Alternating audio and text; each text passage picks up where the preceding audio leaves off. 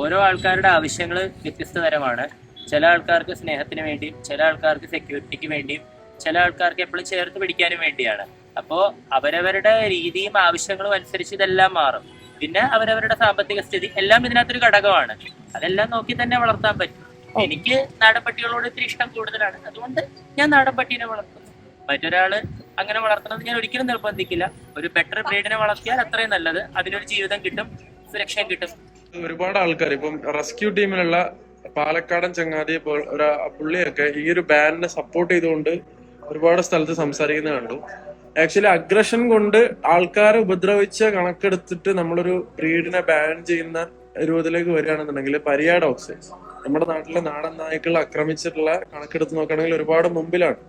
പരിയാ ഡോഗ്സിനെ ആയിരിക്കണം ആദ്യം ബാൻ ചെയ്യേണ്ടത്. അപ്പൊ ഒരു ജീവൻ അല്ലെങ്കിൽ ഇപ്പൊ ഒരു ഫോറിൻ ബ്രീഡ് ആയി എന്നുള്ളൊരു കാരണം കൊണ്ട് അതിന് ഭയങ്കരമായിട്ട് എതിർക്കുക.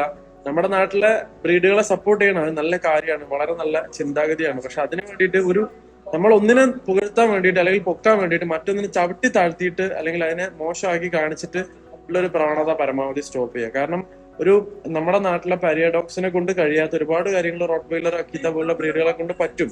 വളർത്തട്ടെ എത്ര ഉള്ളു നാടൻ പട്ടി തന്നെ വളർത്തണമെന്ന് പറയണത് അതൊരു അടിച്ചേൽപ്പിക്കൽ പോലെ അല്ലേ? വളരെ വളർത്തട്ടെ എത്ര ഉള്ളു.